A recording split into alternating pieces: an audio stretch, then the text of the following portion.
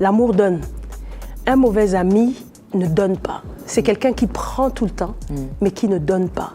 Donc, des personnes irresponsables, des personnes qui sont incapables de se construire, mais qui attendent tout des autres, en fait. Qui attendent tout des autres. Et ce genre de personnes, ce sont le genre de personnes qui vont vous quitter quand ils seront suffisamment forts. Ce n'est pas des personnes qui vous aimaient, mais ce n'est pas des personnes qui étaient là pour servir, mais qui étaient là pour se servir. Et quand ils trouvent un autre moyen de briller, une autre personne qui va leur permettre... Vous ne représentez plus rien. Voilà, vous ne représentez plus rien. Une mauvaise relation, c'est déjà quelqu'un qui ne sait pas partager des moments simples avec vous, ou vous accorder du temps. La personne est toujours occupée. Je pense que ce qui est plus tragique dans la vie de quelqu'un, c'est de terminer sa vie avec des regrets. Pour votre édification spirituelle, suivez des puissants témoignages, des puissantes prédications, des puissantes prières en live, des émissions chrétiennes, des clips top gospel. Abonnez-vous dès maintenant sur notre nouveau compte YouTube Casarema Satellite. La Bible dit que vous devez vous entretenir par des psaumes, des hymnes, des cantiques spirituels, chantant et célébrant de tout votre cœur les louanges du Seigneur. Dès à présent, abonnez-vous sur notre chaîne YouTube Casarema Satellite 2. Vous serez alerté en temps et en heure de chaque nouvelle vidéo. C'est très simple. En un clic, vous êtes abonné. Sa bonté est insondable, sa fidélité toujours à... Casarema, le canal qui te transmet la vie. Casarema, la chaîne qui t'emmène dans la présence de Dieu. Alors, abonnez-vous massivement. Sa bienveillance. Mesdames et messieurs, bonjour et bienvenue sur Casarema. Ravi comme toujours de vous retrouver. Voilà, c'est le pasteur Nadia Joktan que nous avons le plaisir de recevoir ici sur ce plateau. Bonjour pasteur. Bonjour. Oui. Le plaisir est partagé. Merci pour l'opportunité. Alors, nous allons parler aujourd'hui de comment sortir d'une mauvaise relation. Ou alors, comment reconnaître un mauvais ami. Mais juste avant d'entamer notre thème du jour, on va essayer de retourner un petit peu... Là, il y a quelques semaines, vous étiez à Kinshasa. Alors, comment ça s'est passé? Je suis rentrée de Kinshasa lundi, en fait. Donc, j'ai fait toute une semaine à Kinshasa. J'étais ravie. Oui, c'était une première. Après tant de loupés, de ratés, en fait, j'ai eu de multiples invitations à Kinshasa parce qu'on a de nombreux amis qui sont de Kin, mais ça a souvent été annulé, reporté. Et puis, cette fois-ci, c'était la bonne. J'ai été invitée par le pasteur, le très cher révérend pasteur Espérance Bakadi, qui est un très grand pasteur, qui a une église immense au niveau de Kinshasa, plus de 10 000 personnes. Et donc, j'étais ravie de servir. Parce que quoi de plus pour un prédicateur, quand Jésus nous appelle, c'est pour impacter le monde. Ouais. Et quand il parle de monde, il parle de monde, pas d'un ou de deux ouailles. Donc vraiment, j'étais heureuse de servir des milliers de personnes chaque jour, matin, tous les matins et aussi les soirs. Les matins, je me retrouvais devant 3 000, 4 000 personnes et le soir, devant 10 000 personnes. J'ai eu aussi l'honneur et le privilège de prêcher chez une icône de l'Évangile dans la francophonie, donc un bulldozer aussi, un père, le pasteur Jean Bosco Kindomba, le dimanche matin. Donc voilà. Eh bien, on les salue, hein, pasteur JBK, là où il est, il nous suit aussi, que Dieu vous bénisse abondamment. Donc c'était bien, vous n'étiez pas fatigué de prêcher tous les jours comme ça? Ben, prêcher, c'est ma vie, c'est ma passion, c'est ma raison d'être. Donc, je le fais toujours avec beaucoup de passion, beaucoup d'entrain. Et voilà, bon, on a l'habitude, hein, parce que bon, c'est aussi l'expérience. Ça fait quand même plus de 20 ans de ministère, plus de 18 ans de pastorat. Bon, voilà. Ah ben super. C'est tout un métier. Oui, ben, je pense que prochainement, on parlera de votre témoignage. Et je pense qu'il y aura beaucoup de choses que nous allons apprendre de vous. Et donc là, par cette expérience-là, on peut se dire que vous avez fait une bonne rencontre, une bonne relation. Ah oui, c'est important, les bonnes rencontres. Parce que, en fait, la vie se résume à des relations. Relations avec des êtres invisibles, relations avec des êtres visibles. Donc, la qualité, en fait, la nature des relations qu'on contracte détermine ce qu'on devient. En fait, je pense qu'on devient la somme des relations qu'on contracte, ok, et qu'il y a des transferts qui se font dans les relations. Et d'ailleurs, lorsqu'on va résumer l'histoire de l'humanité, en fait, Dieu la résume aussi à des relations. Il dit, tu aimeras ton Dieu de tout ton cœur, de toute ta force, de toute ta pensée. Ensuite, tu aimeras ton prochain comme toi-même. Donc, ce qu'il faut soigner, c'est les relations avec Dieu et les relations avec les hommes. Et c'est ce qui détermine la qualité de notre vie aussi. Alors, ce qui est vrai, c'est que les gens, la plupart du temps, aiment bien soigner leurs relations avec Dieu, mais pas avec les hommes. Ok, pour parler des relations, je veux déjà dire qu'il y a trois types de relations. Ok, je les classe en trois catégories. Donc, des relations avec les personnes qui sont au-dessus de nous, ok, soit comme des maîtres, soit comme des pères. Ok, donc on a des gens dans notre famille qui sont comme des pères parce que c'est notre père biologique, parce que c'est un oncle. C'est surtout vrai en Afrique. Ok, on considère que l'oncle, c'est un père.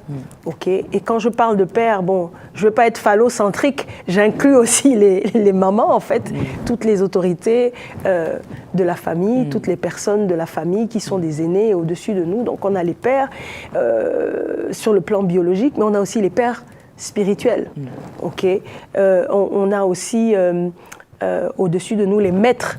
Ok, ceux qui ont été des enseignants, ceux qui nous ont communiqué un certain savoir, un certain savoir-faire, une certaine connaissance, ceux qui nous ont guidés, ceux qui nous ont instruits. Ok, on a aussi ceux qui sont nos égaux, nos vis-à-vis. Ok, les amis, les collègues, voilà, les voisins. Ok, et puis on a ceux qui sont en dessous de nous, soit comme des enfants, soit comme des subalternes, voilà, des personnes à diriger. Voilà, voilà ma classification en fait des relations. Alors justement, dans cette classification, lorsque les choses se passent mal, alors aujourd'hui peut-être on va plus se centrer sur les amitiés, parce que la plupart du temps c'est ce qui nous fait mal. Mais on bâtit en fait, on fonde en fait l'amitié sur cet amour, cette confiance que nous bâtissons chez les gens, et du jour au lendemain, en fait, les choses se passent super mal. Mais on a du mal à en sortir parce qu'on se dit, bon, ça peut s'arranger, ça peut changer. Alors, vous, qu'est-ce que vous nous avez préparé pour aider les personnes qui sont en train de souffrir pour sortir des relations compliquées, difficiles? Comment reconnaître un mauvais ami? Bon, tout à l'heure, je parlais d'amour. Hein. L'amour donne. Un mauvais ami ne donne pas. C'est quelqu'un qui prend tout le temps, mais qui ne donne pas. Parce que l'amour donne. La Bible dit que l'ami, il aime en tout temps. Et au temps de malheur, il se montre comme un frère, en fait. Mais quelqu'un qui, lorsque vous êtes dans votre basse saison, lorsque vous êtes dans votre vallée, lorsque vous êtes dans les problèmes, qui n'est pas d'un soutien, ce n'est pas un ami, en fait. C'est un profiteur.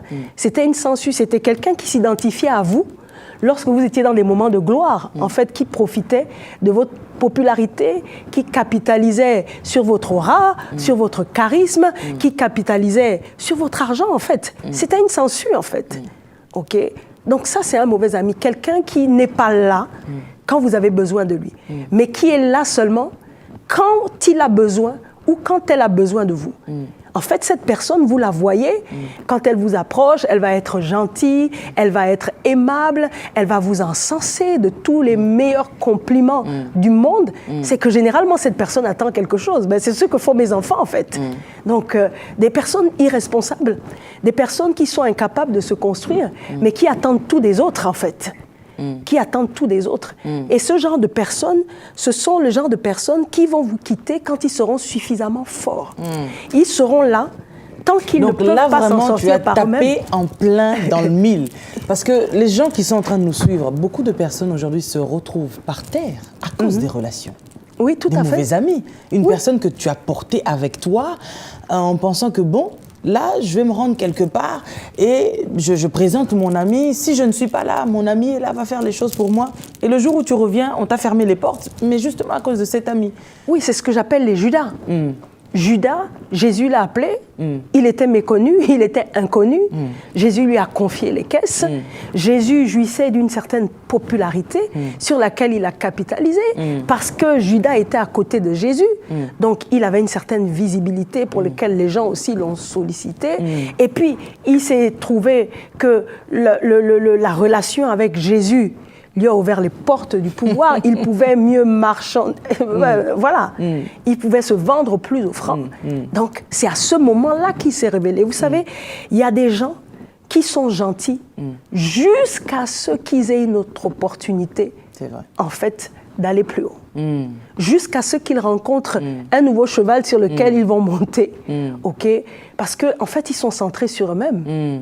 Ce n'est pas des personnes qui vous aimaient, mais ce n'est pas des personnes qui étaient là pour servir, mais qui étaient là pour se servir. Et quand ils trouvent un autre moyen de briller, une autre personne qui va leur permettre... Vous ne représentez plus rien. Voilà, vous ne représentez plus rien. À ce moment-là, ils se sentent suffisamment forts pour vous abandonner et passer à autre chose.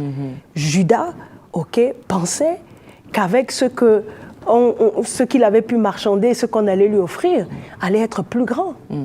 Allait avoir plus de popularité, plus de célébrité, plus de richesse, plus d'argent en fait.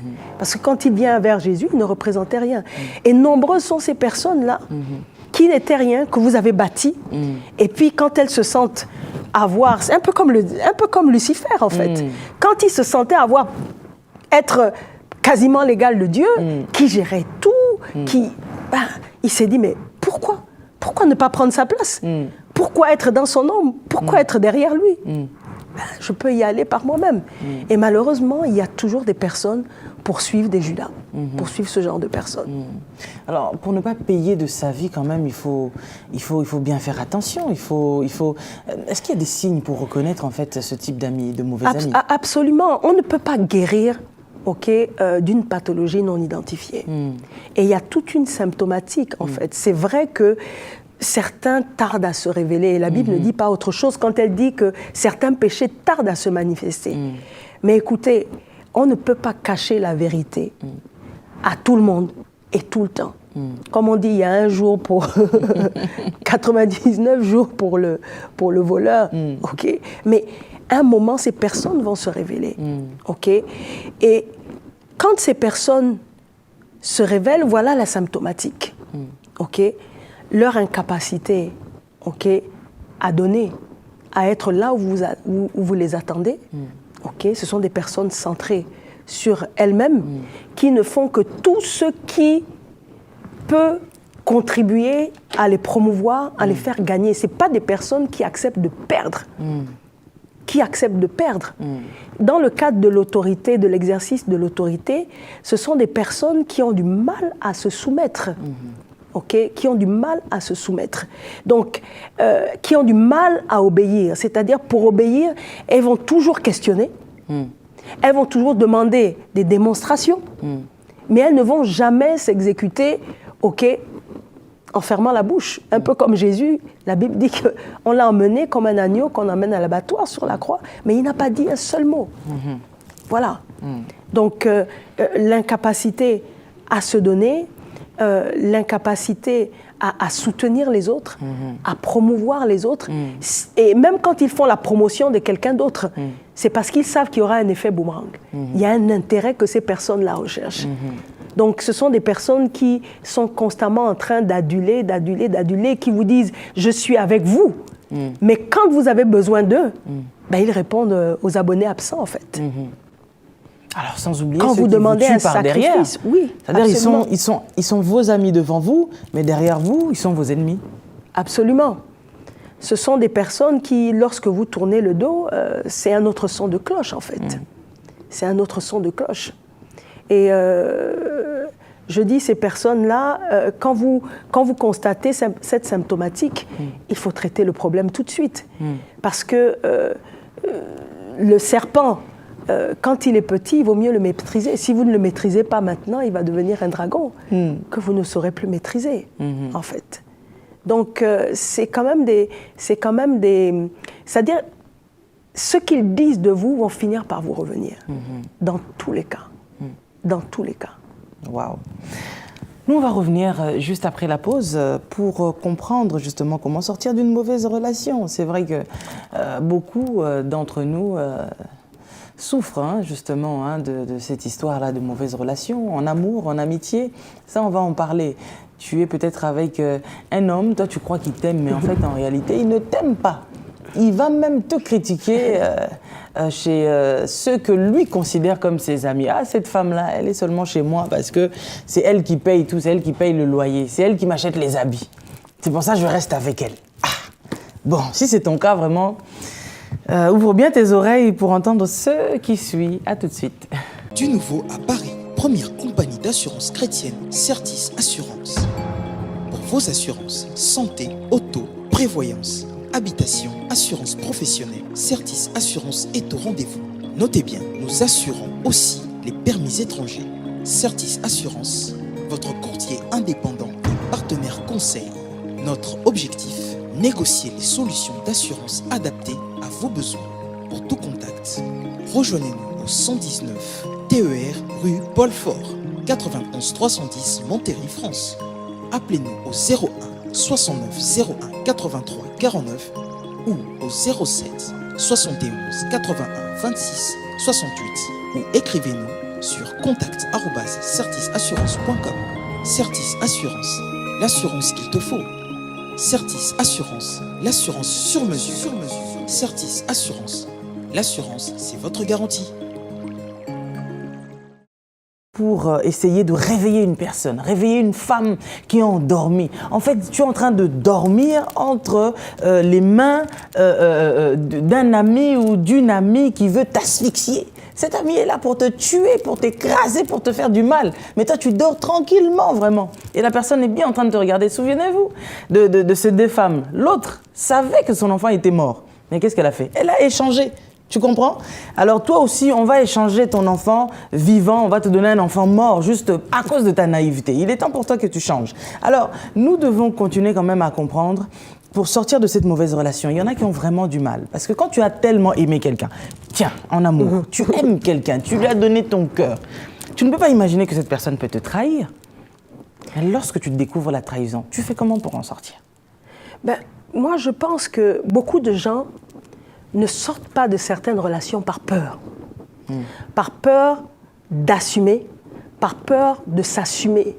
Ce sont des personnes qui se méconnaissent, qui ne savent pas ce qu'elles valent. Donc, il faut se connaître et il faut être sûr de sa valeur, ok? Pour ne pas la marchander au premier venu à une personne qui va vous déprécier. Parce que quelqu'un qui vous aime, c'est quelqu'un qui voudra passer du temps avec vous. Quelqu'un qui vous valorise, c'est quelqu'un qui voudra passer du temps avec vous. Donc, une mauvaise relation, c'est déjà quelqu'un qui ne sait pas partager des moments simples avec vous, ou vous accorder du temps. La personne est toujours occupée. Quand vous appelez, ok, vous tombez toujours sur le répondeur. Lorsque vous allez rendre visite à la personne, vous essayez d'aller dans son lieu de travail. Si c'est un homme, la secrétaire va vous dire « il est en réunion ». Il va vous appeler, vous avez un dîner. Non, mais là, j'ai une transaction importante d'affaires à faire. J'ai un dîner d'affaires. La personne répond toujours aux abonnés absents.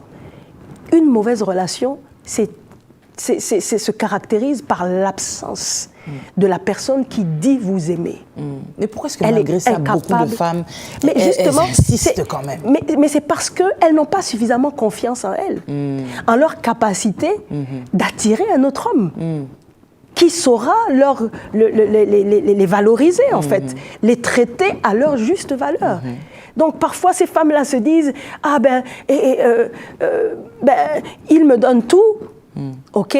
Est-ce que moi je serais capable, s'il me laisse, ok, de m'offrir ce qu'il m'offrait ?»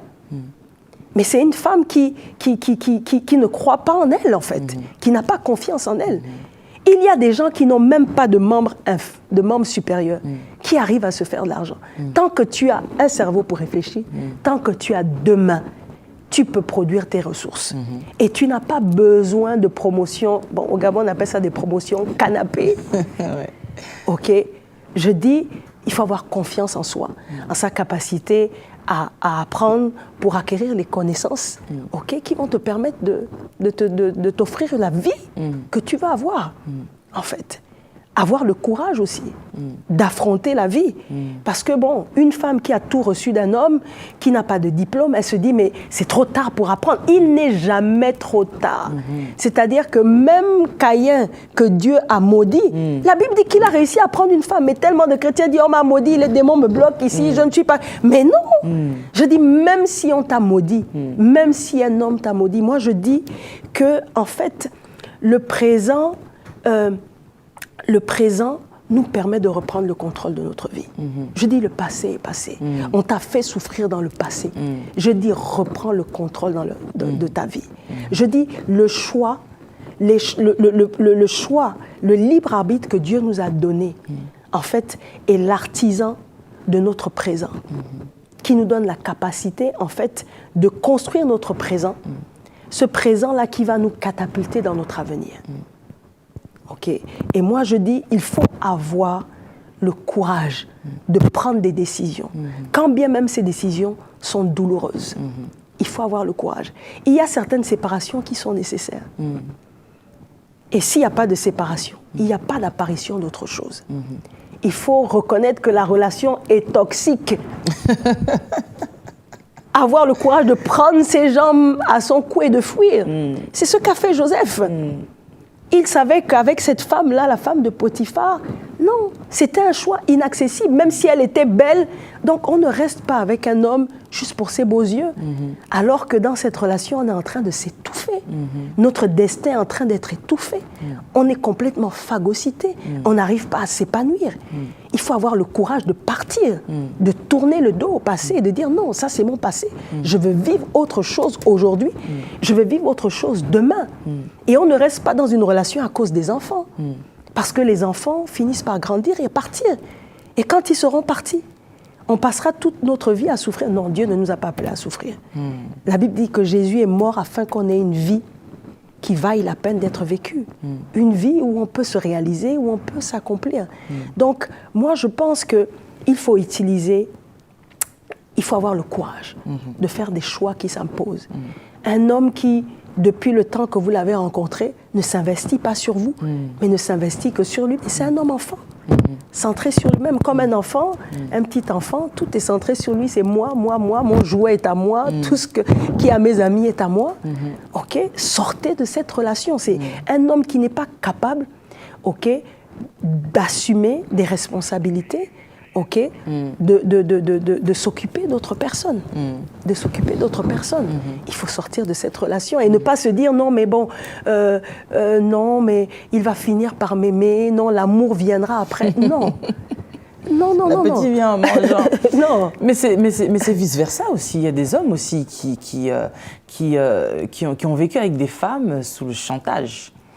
Ça veut dire que tu essayes de sortir de cette relation toxique, comme vous venez de le dire, mais tu n'as pas le courage, tu n'arrives pas à en sortir. Parce que la fille en question va te dire non, si tu me laisses, je me suicide. Oui, tout à fait. Si tu me laisses, je me tue. Si tu me laisses, je fais ci. Alors bon, tu n'as pas envie non plus d'être là, l'auteur d'un meurtre. Alors tu restes là quand même dans cette relation, malgré que tu sais que ce n'est pas ta place et que tu dois sortir de là. C'est quand même compliqué. Non, il ne faut pas rester dans une relation pour les mauvaises raisons. Je pense que ce qui est plus tragique dans la vie de quelqu'un, c'est de terminer sa vie avec des regrets et avec des si j'avais su, si j'avais fait. Si, en fait, c'est la peur qui te fait rester dans cette relation, sors de cette relation. Okay? Si cette relation ne te permet pas de t'épanouir, sors de cette relation, en fait. Bon, on va dire, le mariage, on n'en sort pas, mais faites-vous aider. Allez chercher du secours, faites-vous aider. Ouais. C'est vrai que je ne fais pas la promotion du divorce. Je ne crois pas au divorce. OK? Mais donc si on peut restaurer, quoi. Mais c'est vrai que dans ma philosophie, dans mon approche de la vie, je dis tout peut se réparer. Ok, quelque chose qui se brise, Jésus l'a dit, il est venu guérir les cœurs brisés. Ok, mais maintenant, dans le contexte d'une relation, il faut être deux. Il faut être deux pour que la relation marche. Ok, donc. Mais quand tu sais que tu as un ami qui veut t'empoisonner, bon, on ne cherche pas à réparer là. Bon, ça, c'est des genres de situations qui se prennent au cas par cas. Pour les pasteurs que nous sommes, vraiment, il n'y a pas une formule qu'on applique à tous les couples parce que les cas sont différents les uns des autres. Ok, donc on les prend au cas par cas. Mais c'est vrai que, bon, quelqu'un qui est menacé de mort, ok, je pense que les instances juridiques sont là aussi pour régenter ça.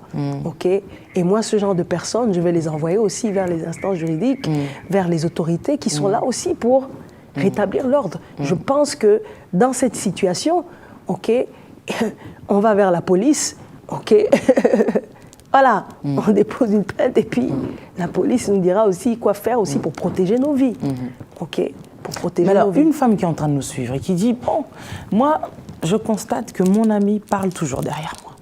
Je constate que cet ami ne fait que me donner des mauvais rapports. Ça veut dire, j'étais quelque part, j'ai entendu telle personne te critiquer, j'étais quelque part, mais cet ami ne dit jamais ce qu'elle dit ou ce que lui dit de bien sur toi, mais il ne fait que te rapporter ce que ces autres ont dit. Alors, est-ce qu'il faut se demander qu'est-ce que cet ami-là dit aussi? Oui, absolument. Jésus a dit, dis-moi qui tu fréquentes et je te dirai qui tu es.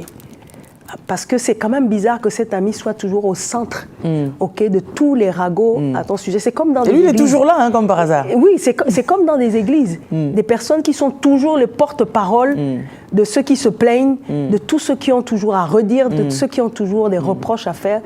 Je dis, quelque part, il est suspect. Il faut bien regarder, mais ça ne tardera pas, que... En fait, le mauvais côté, le côté sombre de cette personne se révèle.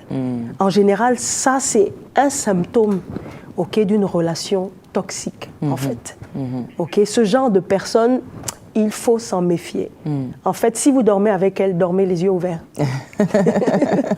Alors, vraiment, nous sommes déjà arrivés à la fin. Un ami à qui tu offres toujours tout, et cet ami ne fait jamais de retour. Tu peux lui donner autant de fois, mais cet ami ne t'offre jamais rien, ne te donne jamais rien, il n'y a pas de retour. Tu sens que l'amour va dans un sens et pas dans l'autre. Alors, aujourd'hui, concrètement, ces personnes qui sont là en train de nous suivre, on a essayé de leur expliquer comment détecter que tu es dans une mauvaise relation, en amour, en amitié. Et maintenant, le dernier conseil pour que ces personnes prennent vraiment leur bagage, et voilà, partent, quoi, et arrêtent. Tout à l'heure, à l'entame de mon propos, je disais qu'il y avait 3 catégories de relations. Ceux qui sont au-dessus de nous, ceux qui sont en face de nous et ceux qui sont en dessous de nous. En fait, ceux qui sont en dessous de nous, ce sont les plus faibles. Et je dis, on ne descend que quand on doit aider quelqu'un. Mais on ne reste pas en bas. Nous avons été appelés à être en haut. Donc, moi, le conseil que je donne, c'est que on doit passer plus de temps et on doit rester alliés aux personnes qui nous tirent vers le haut. Les personnes qui sont en face de nous sont soit nos outsiders, nos insiders, des personnes qui nous ressemblent. On partage des instants de vie avec eux, mais ce n'est pas toujours nécessairement des personnes qui vont nous tirer vers le haut. C'est souvent des concurrents aussi, c'est des compétiteurs. Donc, on passe du temps avec eux, mais il faut être plus à la recherche, et derrière ceux qui nous tirent vers le haut. Pas seulement ceux qui prennent de nous. Ceux qui sont en face de nous sont là pour compatir avec nous quand on passe des moments difficiles, mais ils n'ont pas nécessairement l'expertise pour nous aider, les paroles pour nous aider.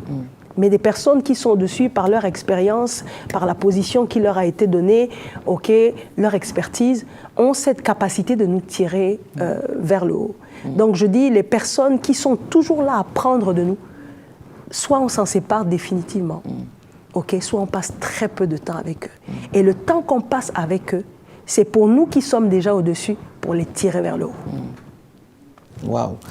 Vous avez eu le conseil, voilà. Qu'est-ce qu'il faut ajouter encore à cela, si ce n'est de mettre en pratique ce que vous venez d'entendre et de recevoir aujourd'hui? Je vous l'avais dit au début de notre émission, donc elle ne parle pas pour rien. Et quand elle ouvre la bouche, c'est vraiment pour vous enseigner et vous tirer vers le haut. Voilà. Tu as envie de rester par terre, reste là. Tu as envie d'exceller, de monter, donc évite d'abord peut-être de traîner avec les personnes, comme vient de le dire la servante de Dieu, des personnes qui te tirent vers le bas. Donc quand tu sens vraiment que dans cette relation on te tire vers le bas, lâche. lâche. Si tu te trouves sur une montagne, si la personne va tomber, la personne va faire, c'est son problème. Parce que cette personne veut te tirer, soit vous tombez à deux, ou alors tu lâches et toi tu continues. Voilà. Alors, vraiment, moi, je préfère m'attacher à des personnes comme l'évangéliste Blaise Manzambi qui te tire vers le haut, le pasteur Im Bertrand qui te tire vers le haut, plutôt que de s'attacher à des gens, tu vois. Déjà, rien que dans le langage de la personne et la façon de vivre de la personne, ce que dit la personne, ce que fait la personne, tout porte vraiment à la médiocrité et à te pousser vraiment à l'enterrement, à t'enterrer. Tu veux être enterré? Reste avec ces gens-là. Tu veux monter? Tu veux vivre? Alors monte avec ceux qui veulent monter. Voilà, parce qu'à la montagne, tu sais, il y a des gens qui restent en bas. Les gens là, que tu connais, les serviteurs là, ils ne sont pas dignes de monter parce que sinon, s'ils montent avec toi, quand tu vas prendre le couteau pour faire le sacrifice, ils vont t'empêcher de le faire. Tu comprends? Donc, un peu plus de maturité si tu vraiment espères monter là-haut. Voilà, le conseil a été donné et j'espère qu'une femme m'a écouté, qu'un homme nous a écouté et que cette personne-là va mettre ce conseil-là en pratique. Et on n'oublie pas que le 7 décembre, nous sommes ici à Paris pour cet événement grandiose, cette grande veillée de prière pour gagner les âmes comme Casarema le fait chaque année. Trop, c'est trop, encore une nouvelle édition. Notre invité d'honneur, c'est le docteur Mamadou Karambéry. Il sera bel et bien là avec nous. Et nous aurons tous les serviteurs qui passent ici à Casarema, qui seront là aussi pour vous impacter, vous apporter vraiment un message venu tout droit du ciel, rien que pour vous. Donc, c'est-à-dire que vous ne devez absolument pas manquer cette veillée-là, parce que ça sera vraiment un manque à gagner pour votre entrée en 2019. Tu as besoin de te recharger, plus que du smoothie. Tu as besoin d'écouter cette parole qui sera prêchée le 7 décembre à partir de 20h précisément. Donc l'adresse est déjà affichée dans le spot que vous allez voir. Pour notre part, nous vous disons merci et nous vous disons aussi, n'oubliez pas de contribuer pour vraiment la réussite de cet événement, de cette veillée-là. On attend vos contributions pour le paiement de cette salle-là. Alors, il y en a déjà qui ont commencé à le faire, il ne nous manque plus que toi. Donc nous t'attendons. Les numéros de téléphone sont affichés au bas de l'écran, les comptes bancaires sont affichés là au bas de l'écran. Tout ce que tu as envie de faire, si tu as du mal pour faire quelque chose, n'hésite pas, le numéro de téléphone est affiché là. Au secrétariat, on te répondra et te dira qu'est-ce que tu dois faire pour ta participation. Pour ma part, je vous dis merci. Pour votre édification spirituelle, suivez des puissants témoignages, des puissantes prédications, des puissantes prières en live, des émissions chrétiennes, des clips top gospel. Abonnez-vous dès maintenant sur notre nouveau compte YouTube Casarema Satellite. La Bible dit que vous devez vous entretenir par des psaumes, des hymnes, des cantiques spirituels, chantant et célébrant de tout votre cœur les louanges du Seigneur. Dès à présent, abonnez-vous sur notre chaîne YouTube Casarema Satellite 2. Vous serez alerté en temps et en heure de chaque nouvelle vidéo. C'est très simple. En un clic, vous êtes abonné. Sa bonté est insondable, sa fidélité toujours à... Casarema, le canal qui te transmet la vie. Casarema, la chaîne qui t'emmène dans la présence de Dieu. Alors, abonnez-vous massivement. Sa bienveillance.